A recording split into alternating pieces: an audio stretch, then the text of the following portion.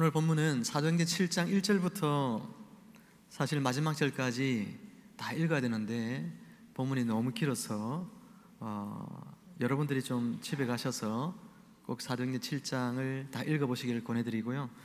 오늘은 주보에 나와 있는 대로 47절부터 50절까지 말씀만 제가 읽어드리도록 그렇게 하겠습니다. 하나님 말씀을 들으십시오. 솔로몬이 그를 위하여 집을 지었느니라. 그러나 지극히 높으신 이는 손으로 지은 곳에 계시지 아니하시나니 선지자가 말한 바 주께서 이르시되 하늘은 나의 보좌요 땅은 나의 발등상이니 너희가 나를 위하여 무슨 집을 짓겠으며 나의 안식할 처소가 어디냐. 이 모든 것이 다 내 손으로 지은 것이 아니냐 함과 같으니라. 아멘. 오늘 말씀을 설교를 하기 전에 오늘 7장 너무 길기 때문에 간략히 이야기를 좀 드리면, 스데반의 순교하는 오늘 장면이잖아요. 설교와 이제 끝부분에 가면 스데반이 돌에 맞아서 투석형, 율법에 의하면 이제 아주 극악한 죄인들은 돌을 던져서 사형을 집행하는데 이 스데반은 그런 처형을 당하게 되죠. 근데 이 스데반이 무엇 때문에 이런 처형을 당하느냐, 오늘 설교의 주 내용이기도 하지만 오늘은 이번 주와 다음 주에 나누어서 설교를 하는데, 성전에 대하여 그리고 율법에 대하여 이 두 가지가 설교 중에 나옵니다마는 유대인에게 있어서 너무나도 중요한, 생명보다도 중요한 두 가지가 뭐냐면 바로 뭐라고요? 성전과 율법이다. 그걸 꼭 기억하시면서 말씀을 들으면 좋겠습니다. 성전과 율법, 뭐가 성전이냐? 우리가 뭐 성전 많이 들었잖아요.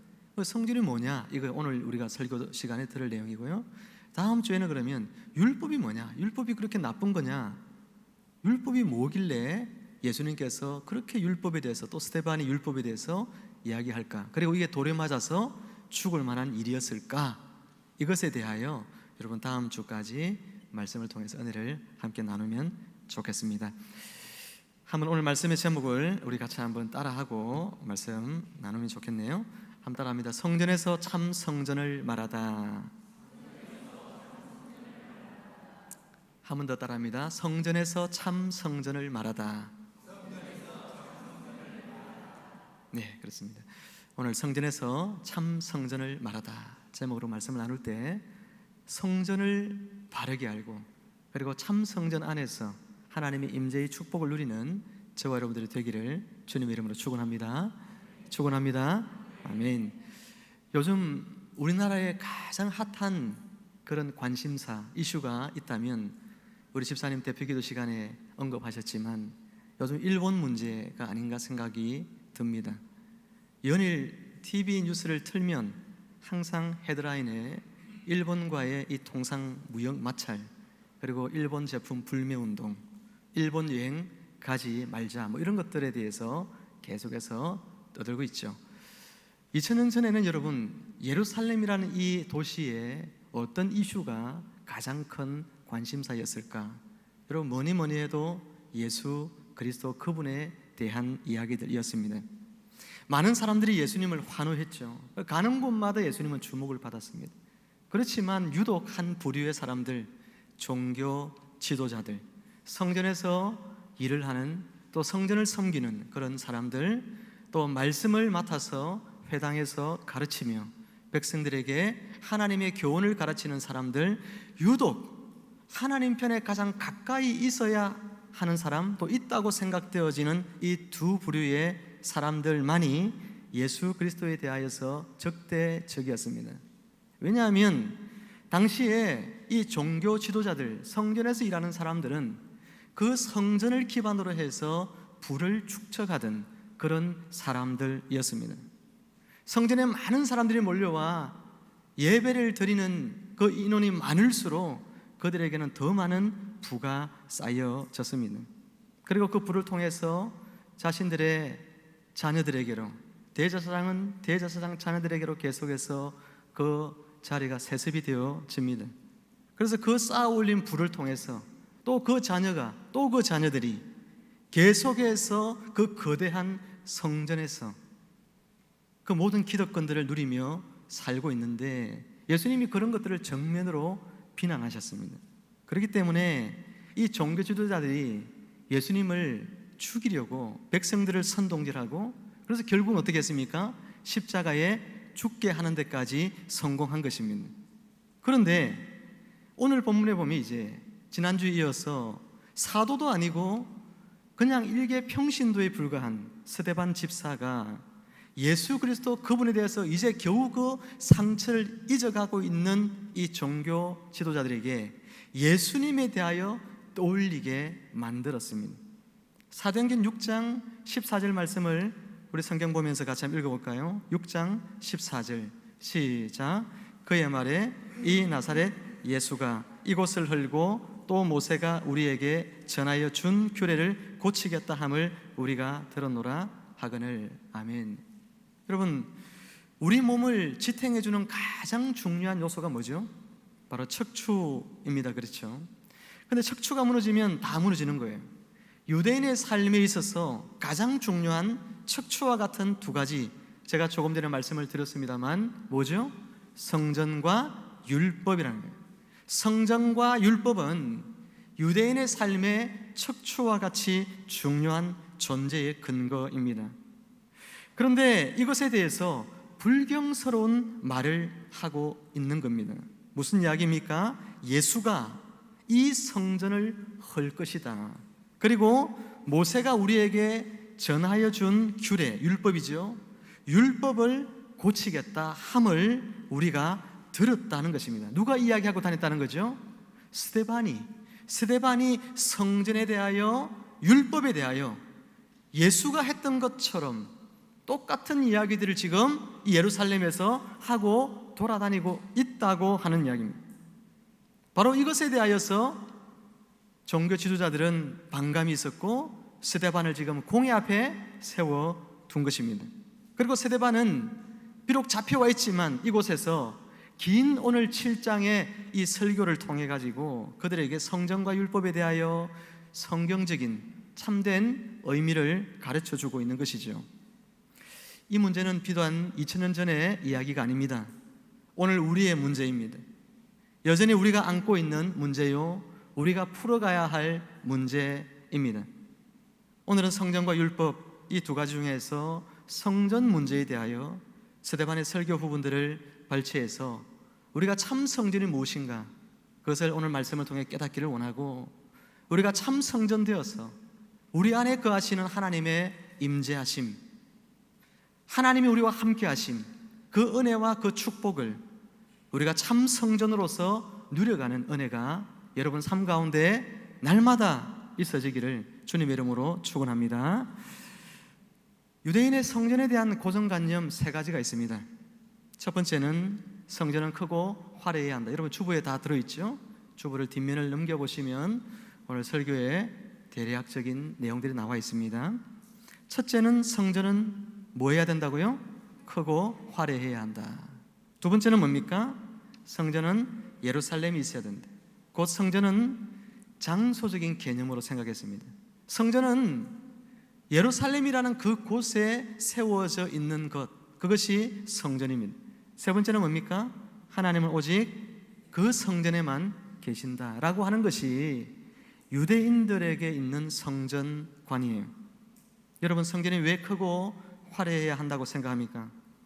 여러분, 성전의 크기, 또 성전에 들어가면 어떤 여러분 종교 속에 가보면 거기에 신상들이 있습니다. 그렇죠? 성전이 크거나 또 신상이 크거나 그것이 뭘 나타내느냐 하면 그들이 믿고 있는 그들의 신의 크기와 비례한다고 생각을 한 것이죠. 성전이 커야죠. 신상이 커야죠. 그래야 그곳에 오는 사람들이 그것 앞에 압도를 당합니다. 요즘도 뭐 큰 절 같은 데 가보면 부처상이 어마어마하게 누워있는 와불상, 그런 것들도 있고요. 저 동남아에도 가보면 그 길이가 무려 20m가 넘는 그런 불상이 있죠. 누워있는 불상들이 있고 그렇습니다. 그리고 유럽에 가보면 성전을, 예배당을 지어놓은 게 얼마나 어려하게 지어놓은 중세시대 때에 그런 예배당들이 있는지 모릅니다. 현대교회도 다르지 않습니다. 하나님의 이름으로 세워진 이 교회당 건물, 그것들을 성전이라고 하는 이름을 붙여서 어리어리하게 교회를 지어놨죠. 우리 한국 교회에 있는 교회들이 얼마나 크냐면 교단별로 보면 뭐 감리교 그리고 장로교 이런 교단들이 있는데 그 교단별로 세계에서 제일 큰 교회 1, 2, 3위 이런 교회가요 전부 다 한국에 있어요. 그만큼 한국에 있는 이 예배당들이 어마어마하게 큽니다. 성전을 크고 화려하게 지어놓으니까 돈벌이가 됩니다. 신문에서 발표한 자료를 보니까 요즘 문제가 되고 있는 M교회는 1년간 헌금 수입이 400억 원이 넘는다, 그런 발표를 했죠. 그런데 여의도에 있는 S교회에 비하면 조족지혈이죠. 여의도에 있는 S교회는 이것의 10배 이상이 됩니다. 여러분, 언론들이 계속해서 교회의 헌금 수익까지 이렇게 공개를 하면서 오늘 세상에 교회는 어떤 곳인가 이것을 계속해서 언론이 지금 보여주고 있는데 그 모습이 뭐냐면 교회는 사기업이다, 이런 이미지를 계속 세상에 보여주고 있어요. 사기업은 어떤 단체입니까? 이익을 목적으로 하는 단체죠. 그리고 우리나라의 사기업은 오늘 일가가 그 다음 자녀들에게 불법을 해서라도 그 자리를 성계하지 않습니까? 교회가 지금 딱 그렇다 하는 이야기를 하고 싶은 것입니다. 저는 이런 모습들을 보면서 굉장히 마음이 무겁고 그런 기사를 또 그런 뉴스를 대할 때마다 얼굴이 화끈거려짐을 느낍니다. 여러분, 예수님께서는 그러면 그때의 교회와 성전은 어땠을까? 마태복음 21장 11절 12절 여러분 주부에 있는 말씀 같이 한번 읽어보도록 하겠습니다. 마태복음 21장입니다. 시작. 예수께서 성전에 들어가사 성전 안에서 매매하는 모든 사람들을 내쫓으시며 돈 바꾸는 사람들의 상과 비둘기 파는 사람들의 의자를 둘러 엎으시고 그들에게 이르시되 기록된 바 내 집은 기도하는 집이라 일컬음을 받으리라 하였거늘 너희는 강도의 소굴을 만드는도다 하시니라. 아멘. 예수님 때 똑같았어요. 성전 안에서 장사를 하고 환전상들이 있습니다. 외환거래를 하는 환전상들이 있어서 돈을 바꾸어 줍니다. 그리고 비둘기를 팔고 재물을 파는 것이죠. 그렇게 성전 안에서 여러분 이와 같은 장사들이 이루어지게 되어진 것은 대제사장이 이 모든 것들을 다 임대료를 받고 세를 받고 이런 자리를 허락해 줬기 때문에 일어난 일들이에요.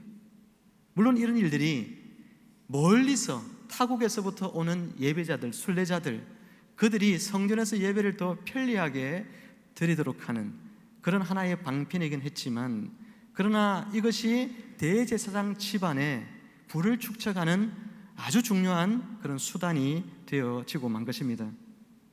이 일로 벌어들인 수익이 지금의 교회들과 비교할 수 없을 만큼 어마어마한 수익들을 대제사장 가문은 벌어들였고, 그것을 통하여 그의 자손들 계속해서 대를 이어서 그 대제사장의 지위를 호령하며 그 자리에 앉을 수 있는 근거가 되어지게 된 것이죠. 여러분, 이처럼 성전은 크고 화려해야 된다, 이렇게 유대인의 생각이었어요. 또 두 번째는 뭐라고 했습니까? 성전은 예루살렘에 있는 것이 성전이다, 장소적 개념이라 그렇게 이해했다고 했습니다. 그러나 여러분, 이 장소적 개념은 정말 잘못된 거죠.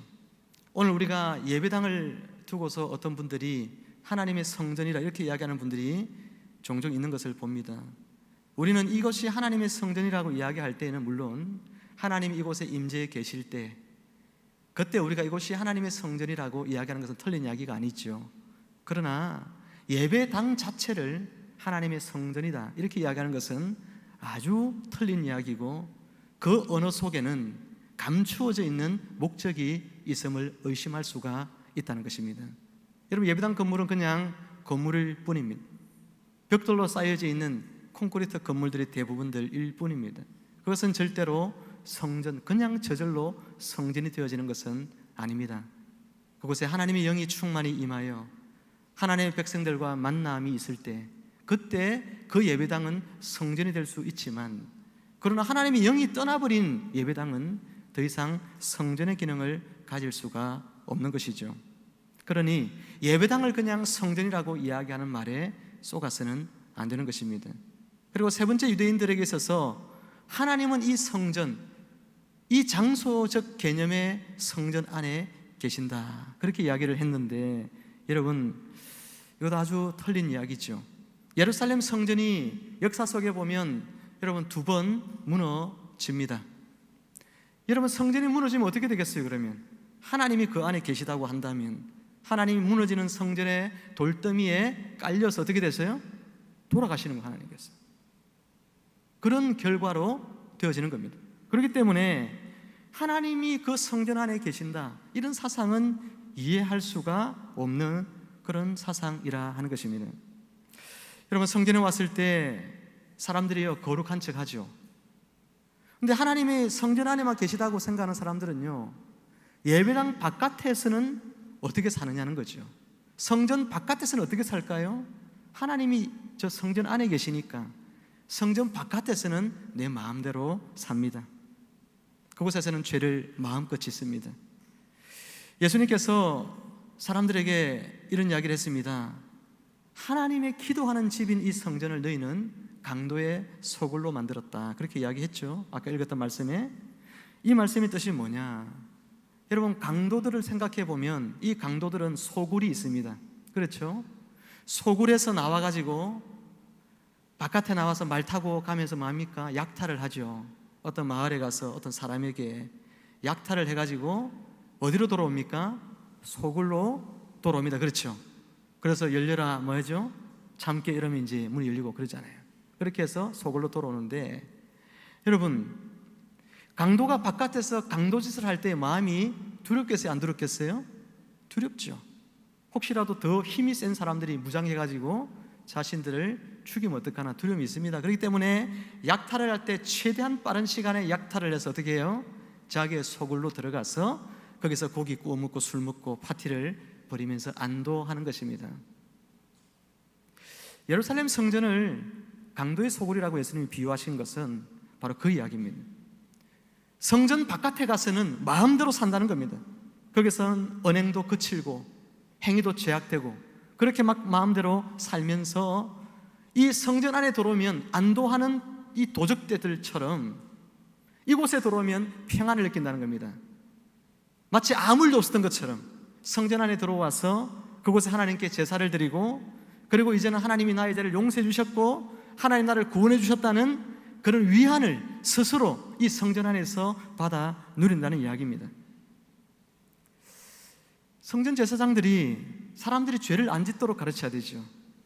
성전 안에 왔을 때만 죄를 안 짓는 것이 아니라 성전 바깥에 살 때도 죄를 안 짓도록 가르쳐야 합니다. 그렇지만 그런 것을 가르치면 성전 안에서 뭐가 부족해지겠어요? 바깥에서 사람들이 죄를 안 지으면 뭐가 부족해지죠? 제물 바치러 안 오겠죠?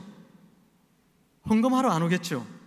그러니 간섭하지 않는 겁니다. 밖에서 어떻게 살든지, 죄를 어떻게 짓고 살든지 성전에 많은 사람들이 오는 것만 관심이 있어요. 그래서 어떻게 하든지 이곳에서 많은 제물로 바치면 그것이 곧 누구의 수익이 됩니까? 결국은 제사장들 자기의 수익이 되어진다는 겁니다. 참 희한한 일이죠. 여러분 생각해 보십시오. 예수님께서는 성전을 강도의 소굴로 만든다고 이 종교 지도자들을 비난했는데, 이 종교 지도자들은 스스로는 과연 어떻게 생각했을까 한번 생각해 보세요. 자기들은 잘하고 있다고 생각하고 있을까요? 아니면 잘 못하고 있다고 생각하고 있을까요? 잘하고 있다고 생각했죠. 그 근거가 뭡니까? 이 성전에 얼마나 많은 사람들이 모이느냐, 얼마나 많은 사람들이 모여서 하나님께 이 한번 보아라, 끝도 없는 제물로 하나님 앞에 제사 드리는 것을 한번 보아라. 이것이 곧 하나님이 이곳에 계신 증거고 우리가 잘하고 있다는 증거다, 그렇게 이야기하지 않겠습니까? 세상이 지금 그렇게 지금 되어져 가고 있고 교회들이 지금 그렇게 되어져 가고 있습니다. 사람만 많이 미어 터져서, 그리고 그 교회에 헌금만 많으면 그 교회가 참된 성전입니까? 참된 교회입니까? 예수님께서 유대 지도자들, 종교 지도자들의 이 성전관을 확 뒤집어 놓으니까 그 사람들 눈이 도는 겁니다. 이 사람 가만히 두었다가는 안 되겠죠? 그 예수님 죽인 거예요. 그리고 이 스데반도 결국은 죽인 것입니다. 스데반은 설교를 통해서 정말 자기가 죽을 수도 있다는 생각을 하면서도 성전에 대하여 오늘 이들이 갖고 있는 잘못된 생각들을 고쳐야 되겠다. 성경 속에서 하나님께서 성전이 무엇이라고 과연 말씀해 오셨는가, 그것을 이들에게 말해줘야 하겠다고 생각한 것입니다. 48절 말씀에 충격적인 선언을 스데반은 합니다. 48절 말씀 우리 같이 한번 읽어보겠습니다. 시작. 그러나 지극히 높으신 이는 손으로 지은 곳에 계시지 아니하시나니 선지자가 말한 바. 아멘. 여러분, 지극히 높으신 이는 어디에 계시지 않아요? 손으로 지은 곳에 계시지 아니하신다. 손으로 지은 곳이 뭡니까? 예루살렘 성전이죠. 하나님은 성전에 지금 없다 이 이야기입니다. 당신들이 그렇게 예배하고 있는 이 성전, 화려하고 아름답게 지어진 이 헤롯 대성전, 어마어마한 규모를 자랑하는 이 헤롯 대성전, 이 성전 안에 지금 하나님이 계시지 않고 오늘 당신들이 드리는 그 제사를 하나님이 받으시지 않는다는, 지금 그렇게 선포하고 있습니다. 스데반은 이것을 설명하기 위해서 7장 1절부터 이어지는 긴 본문들을, 2절부터 이어지는 긴 본문들을 통해서 성전이 뭐냐를 설교하기 시작한 거예요. 2절 말씀에 보면 우리 조상 아브라함이 하란에 있기 전 메소포타미아에 있을 때에 영광의 하나님이 그에게 보여, 이렇게 말하죠. 여러분, 하나님이 어디 계셨다고 이야기합니까? 메소포타미아에 계셨다. 지금의 이라크 지역에 해당되는 곳이죠. 하나님이 그 지역에 계셨다, 이렇게 말합니다. 그 다음에 요셉 때에 보면 9절에 뭐라고 말하냐면 여러 조상이 요셉을 시기하여 애굽에 팔았더니 하나님이 그와 함께 계셔. 하나님이 어디에 지금 가셨죠? 애굽에 가시는. 그리고 모세 때의 30절 말씀을 눈으로 보시면 40년의 참에 천사가 시내산 광야 가시나무 뜰기 불꽃 가운데서 그에게 보이거늘. 하나님이 어디 계시죠? 시내산에 이제 계십니다. 38절에서도 시내산에서 말하던 그 천사와 우리 조상들과 함께 광야 교회에 있었고, 하나님 어디 계세요? 광야에 있다, 그렇게 말씀하고 있습니다. 여러분, 하나님은 메소포타미아에 계셨고, 하나님은 애굽에 계셨고, 하나님은 시내산에 계셨고, 하나님은 광야에 계셨다. 여러분, 하나님은 사람이 만든 성전 안에 계시기 전에 하나님은 이같이 순례하는 하나님이었다. 이걸 우리에게 말씀하고 있죠. 하나님이 어떤 한 장소에 국한되어서 거기에 머물러 계시는 분이 아니시다, 그러는 이야기입니다. 그러나 성전이라는 이름으로 불려지고 수많은 사람들이 찾아와서 제물을 드리면서 제사를 드리는 이 예루살렘 성전, 이곳에 모여있는 사람들과 종교 지도자들은 하나님은 틀림없이 이곳에 계실 것이라고 생각을 하고 있다는 것입니다. 근데 스데반의 이야기는 그런 겁니다. 지금 하나님은 이곳에 계시지 않는다는 겁니다. 너희가 손으로 만든 이 성전에 계실 줄 알지만 하나님은 계시지 않는다는 겁니다. 너희의 예배는 빈 껍데기인 예배밖에 되지 않는다는 겁니다. 받으실 이도 없고 받지도 않으신다는 겁니다. 여러분, 그러면 성전은 뭘까? 조금 전에 읽었던 본문들에서 알 수 있듯이 하나님은 순례하십니다. 하나님은 메소포타미아에도 애굽에도 시내산에도 광야에도 계신데, 그러면 하나님의 성전이란 건 도대체 뭐냐? 여러분, 하나님의 성전은요, 한번 따라하겠습니다. 하나님께서 임재해 계시는 곳, 그곳이 성전이다. 그곳이 성전이에요. 하나님이 임재해 계시는 곳, 그곳이 곧 하나님의 집이에요. 하나님이 임재해 계시는 곳이 뭐라고요? 하나님의 성전이라고요. 이게 성전관, 스데반이 이야기하는 성전관. 성전은 어떤 한 지역에 머물러 있는 공간이 아닙니다. 성전은 하나님이 임재해 계신 곳이 바로 성전이라는 겁니다. 이곳에 오늘 하나님이 임재해 계시다면 이곳이 성전이 되는 것이고, 여러분의 집에 하나님이 임재해 계시다면 여러분의 집이 하나님의 성전이 되는 것이고, 여러분의 일터에 하나님 임재해 계시면 그곳이 하나님의 성전이 되어지는 것이고, 그곳에서 드리는 여러분의 삶의 행위가 바로 곧 하나님께 바치는 제물이 되어진다는 것입니다. 완전히 전혀 다른 그런 성전관을 오늘 스데반이 이야기하고 있습니다. 스데반의 설교를 들은 사람 중에 여러분이 잘 아는 인물이 한 사람이 있습니다. 오늘 이 공회의 자리에 함께 있으면서 나중에 결국은 스데반을 돌로 죽이는 투석형을 여러분 선고할 때에 그것을 선고했던 사람 중에 한 사람, 바로 누구죠? 사도 바울입니다. 사도 바울이 이 스데반의 설교를 들었어요. 성전에 대한 스데반의 설교를 듣고 분개해서 저 스데반을 돌로 쳐 죽이자고, 그래서 돌로 쳐 죽이자고 결의한 사람 중에 한 사람이 사도 바울이었습니다. 그 나중에 사도행전 9장에 가서 이 사도 바울이 회심을 하잖아요. 회심을 하고 예수 그리스도의 사도가 되었어.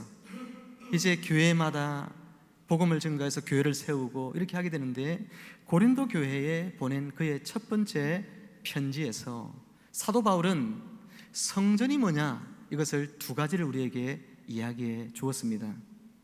오늘 그것만 말씀을 간단히 전하고 말씀을 마칠까 하는데요, 그 첫 번째로 성전은 뭐냐? 성전은 성도의 몸이다, 이렇게 말했습니다. 성도의 몸, 우리의 몸이 곧 성전이다. 고린도전서 6장 19절 같이 한번 읽어봅니다. 주보에 있는 말씀 시작. 너희 몸은 너희가 하나님께로부터 받은 바 너희 가운데 계신 성령의 전인 줄을 알지 못하느냐? 너희는 너희 자신의 것이 아니라. 아멘. 무엇이 하나님의 성전이라고요? 너희 몸, 바로 우리의 몸입니다. 왜 우리의 몸이 하나님의 성전입니까? 하나님의 성령께서 오늘 우리 안에 거하고 있기 때문에 우리의 몸이 하나님의 성전입니다. 그래서 바울은요, 하나님의 성전인 너희 몸을 통해 하나님께 영광을 돌리라, 이렇게 말했어요. 하나님의 영이 너희 안에 있기 때문에 너희가 성전으로서 하나님께 영광을 돌리라는 겁니다. 고린도전서 6장 9절 말씀에서는 이것을 이렇게 바꿔 이야기하는데 제가 읽어드립니다. 좀 풀어서 제가 읽어드립니다. 너희는 하나님의 성전이기에 미혹을 받지 말고 우상 숭배하지 말고 간음과 색을 탐하지 말고 도적이나 탐심을 품지 말고 술과 쾌락에 빠지지 말고 이웃의 것을 속여 빼앗지 말라. 우리가 하나님의 성전이기 때문에 우리는 이런 삶을 살아야 한다고 이야기했어요. 예전에 어떤 분 보니까요, 차를 하나 샀는데 그 차를 진짜 제가 볼 때마다 매일마다 그 차를 반들반들하게 닦는 분이 있었어요. 제가 파리가 진짜 미끄러지나 안 미끄러지나 제가 한참을 써서 보았다니까. 진짜 여러분, 파리가 미끄러질 정도로 이 차를 세차하고 광택을 내고 이런 분 제가 봤어요. 얼마나 애지중지 여러분 그 차를 잘 관리하는지. 제가 그것을 보면서 내 마음의 이 성전도 내가 저렇게 깨끗하게 닦고 내가 아름답게 하고 관리해야 되겠구나, 여러분 그 생각을 했어요. 여러분 얼마나 여러분의 마음을, 여러분의 몸을 하나님이 내 안에 계신다고 생각하고 그것을 아름답게 깨끗하게 거룩하게 씻으며 관리하고 있느냐는 것입니다. 고린도전서 3장 17절에서 하나님은 누구든지 하나님의 성전을 더럽히면 하나님이 그 사람을 멸하시리라. 하나님의 성전은 거룩하니 너희도 그러하니라 라고 말씀하셨습니다. 여러분, 하나님의 성령이, 하나님 그분이 오늘 저와 여러분 이 육체 안에 계시다는 사실을 믿으시기를 주님의 이름으로 축복합니다. 이 육체를, 이 마음을 여러분 날마다 말씀으로 닦아내야 돼요. 날마다 거룩하게. 여러분 그렇게 할 때에 내 안에 계신 영이 기뻐해요. 내 안에 계신 영이 기뻐하고 내 안에 계신 영이 내 안에 충만해지고, 그러면 어떤 삶을 살게 된다고 지난주에 말씀을 드렸어요. 스데반이 성령으로 충만하니까 나타난 그의 삶의 세 가지 증거가 뭐였습니까? 첫 번째 뭐였어요?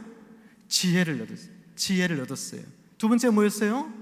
권능의 삶을 살았어요. 권능의 삶. 세 번째 뭐였습니까? 뭐였어요? 평강입니다. 평강. 마음의 평강의 삶을 살았어요. 여러분, 스데반이 하나님을 그 마음에 모시고 늘 그 하나님의 영으로 충만하도록 자신의 마음에 죄가 없이 깨끗하게 말씀으로 닦아내고, 그리고 성령 충만함을 받으며 살았을 때에 지혜와 권능과 평강의 삶을 살아서 얼굴이 천사같이 빛났다고 지난주에 이야기를 드리지 않았습니까? 오늘 이런 삶을 우리도 꿈꾸잖아요. 우리 안에도 스데반과 같은 지혜와 그리고 권능과 평강의 삶들이 우리에게 충만하기를 원합니다. 어떻게 해야 합니까?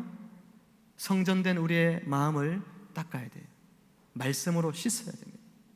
그리고 그 성령 하나님의 인도함을 받으며 우리가 거룩한 길로 쫓아나갈 때에 성령 충만함의 이런 증거들이 여러분의 삶에 풍성하게 나타나게 되어질 줄로 믿습니다.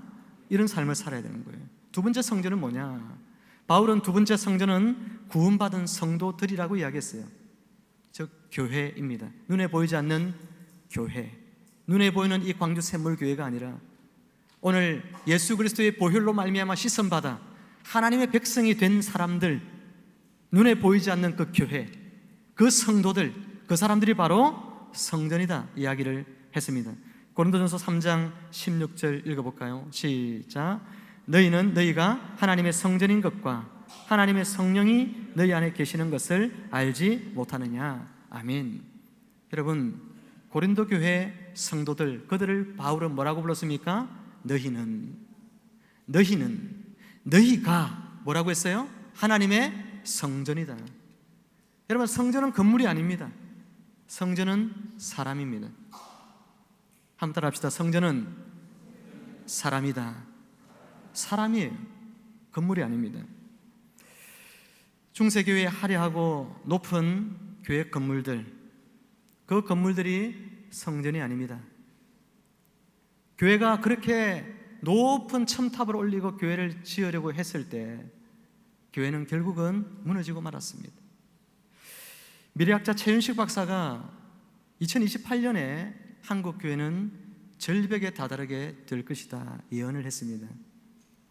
한국 교회는 2028년이 되면 성도의 수가 지금의 절반으로 2028년이 되면 딱 급감한다고 이야기하죠. 2027년까지는 조금씩 줄어가다가 2028년이 되면 기하급수적으로 급감한다고 급하강 그렇게 이야기합니다. 그리고 지금 성전으로 여기고 예배당을 크게 빚을내어서 지었던 그 예배당들이 2028년을 기점으로 해서 그 전후로 많은 교회들이 경매에 나올 것이다 그렇게 예언을 했습니다. 그분은 그 사명을 가지고 책도 몇 권을 썼고 많은 교회들, 목회자들, 지도자들 있는 곳에마다 가서 한국 교회가 정신 차려야 된다고 선포하고 있습니다. 그분은 뭐 점쟁이도 아니고 그냥 예언가도 아니에요. 아무도 아니에요. 그분은 그냥 미래학자예요. 뉴욕 대학에서 미래에 대해 연구하여서 한국 교회의 미래를 진단한 사람이에요. 과학적인 데이터를 가지고 자기 밑에 직원이 30명이 넘어요.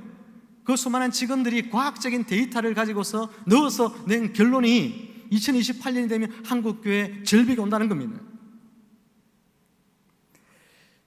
이것이 사실이 된다면 한국 교회는 매우 위험한 그런 위기를 맞게 될 것입니다.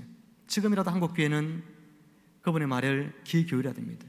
외형 세우기를 중단해야 합니다. 천문학적인 돈을 들여서 예배당 짓는 일들을 중지해야 합니다. 그 돈으로 교회가 해야 할 일은 사람 살리는 일을 해야 합니다. 사람이 교회이기 때문에 사람을 세우는 일을 해야 하는 것입니다. 교회마다 청년들이 줄고 있죠. 주일학교가 없는 교회가 우리나라 교회의 60%에 지금 육박해 있습니다. 주일학교가 없는 교회가 절반 넘었어요. 이미 주일학교가 없어요. 여러분 상상을 했습니까? 옛날에는 어른들은 교회에 별로 없어도 아이들은 넘쳐났는데 이제는 어른들은 많은데 아이들이 없어요. 최윤식 박사의 예언이 지금 그대로 되어져 가고 있는 것입니다. 사랑하는 여러분, 우리 교회도 그렇게 되어져 가고 있지 않습니까? 우리 다음 세대 아이들 주일학교, 중고등부 아이들을 위해서 여러분 기도 많이 해주셔야 돼요. 물심양면으로 여러분 이 아이들을 위해서, 이 아이들을 위해 수고하는 교사들을 위해서 여러분 기도하며 무엇이 필요한지, 무엇을 도우면 될 것인지 항상 물어보고 여러분 힘을 다하여 지금 돕지 아니하면 우리 교회도 위기입니다. 이것을 생각할 수 있어야 되는 거예요. 교회는 건물이 아닌데, 교회는 사람인데, 이 사람에 투자하는 그런 교회로 우리가 탈바꿈해야 한다는 것입니다. 주일학교 수련회를 하려고 하는데 참 얼마나 힘들겠어요. 잘 안 됩니다. 뭐가 여건들이 잘 받쳐주질 않아요.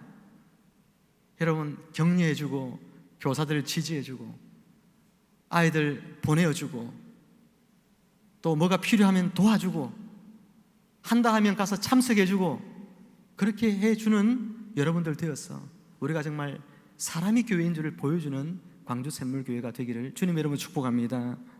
주님 여러분 축복합니다. 여러분, 성도들이 성전이라고 하는 것은 또한 성도를 피상적인 한 사람으로 대하지 말라는 이야기예요. 성도가, 교회가 성전이라는 이야기는요, 그 교회 가운데 하나님의 영이 계시기 때문에 이 성도 한 사람이 존귀한 하나님의 사람이라는 겁니다. 하나님의 영을 모시고 있는 존귀한 하나님의 사람이 바로 성도란 거예요. 그러니 이 성도를 향하여서 눈을 흘기거나 이 성도에게 험담을 하거나 이 성도에게 상처를 준 아픈 말을 하거나 성도 간에 편을 갈라 싸우거나 그런 일을 해서는 안 된다는 것을 지금 바울이 고린도 교회 성도들에게 한 말이 바로 그 이야기인 것입니다. 누구는 더 축복받았다고 자랑하고 돌아다니고 누구는 더 은사 많이 받았다고 그 은사를 자랑하고 다닙니다. 사람들끼리 나누어져서 네파로 서로 물고 뜯고 험담하고 눈 흘기고 비난하고 그게 고린도 교회였죠.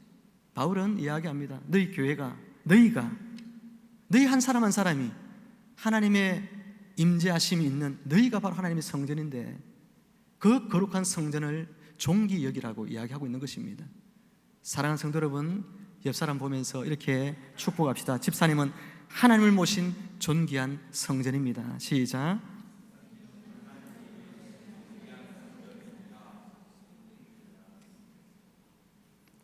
막 듣기만 하고 입 언긋 안 하고 하지 마시고 옆에 분에게 한 번 더 앞뒤로 보면서 해보세요. 집사님은 하나님의 존귀한 성전입니다. 시작.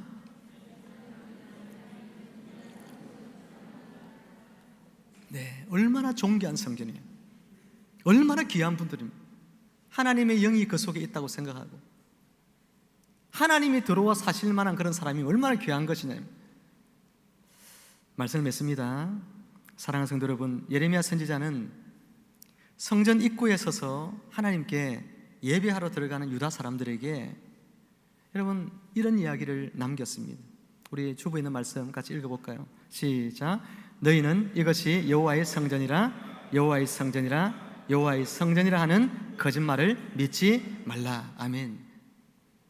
예루살렘 성전으로 들어가는 수많은 사람들을 향해서 예레미야가 다른 선지자들은 아무도 그런 이야기 안 하는데 예레미야 선지자는 홀로 하나님의 계시를 받아 이것이 여호와의 성전이라 여호와의 성전이라 여호와의 성전이라 하는 거짓말을 믿지 말라 그렇게 이야기했습니다.